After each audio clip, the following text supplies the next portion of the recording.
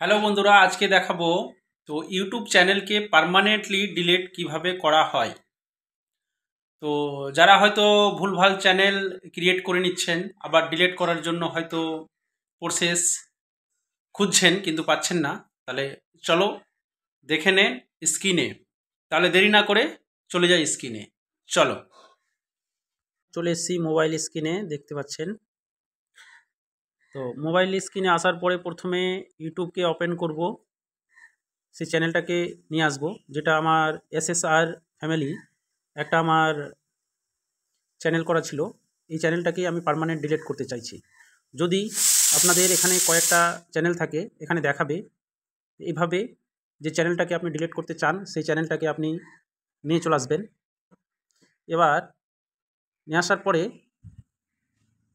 এখান থেকে আপনি বেরিয়ে যাবেন, চলে আসবেন এবার প্লে স্টোরে।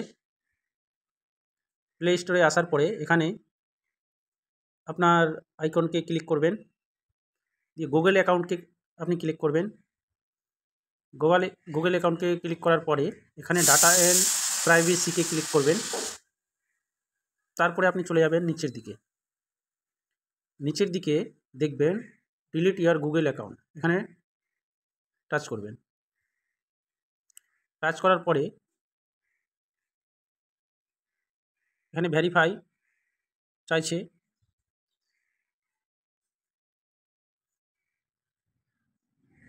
এবার এখানে নিচের দিকে যাবেন। আমি সুইচ করে এসেছিলাম এসএসআর ফ্যামিলি, সেই চ্যানেলটা আমার শো করেছে। এই চ্যানেলটাকে আমি পার্মানেন্টলি ডিলিট করতে চাইছি। তাহলে এখানে পার্মানেন্টলি আমি গিয়ে এই দুটো টিক চিহ্নকে ক্লিক করলাম। এবার এখানে আমি ডিলিট মাই অ্যাকাউন্ট এটাতে ক্লিক করব। এবার ইমেলটা আমার চাইছে, এখানে ইমেলটা দিতে হবে।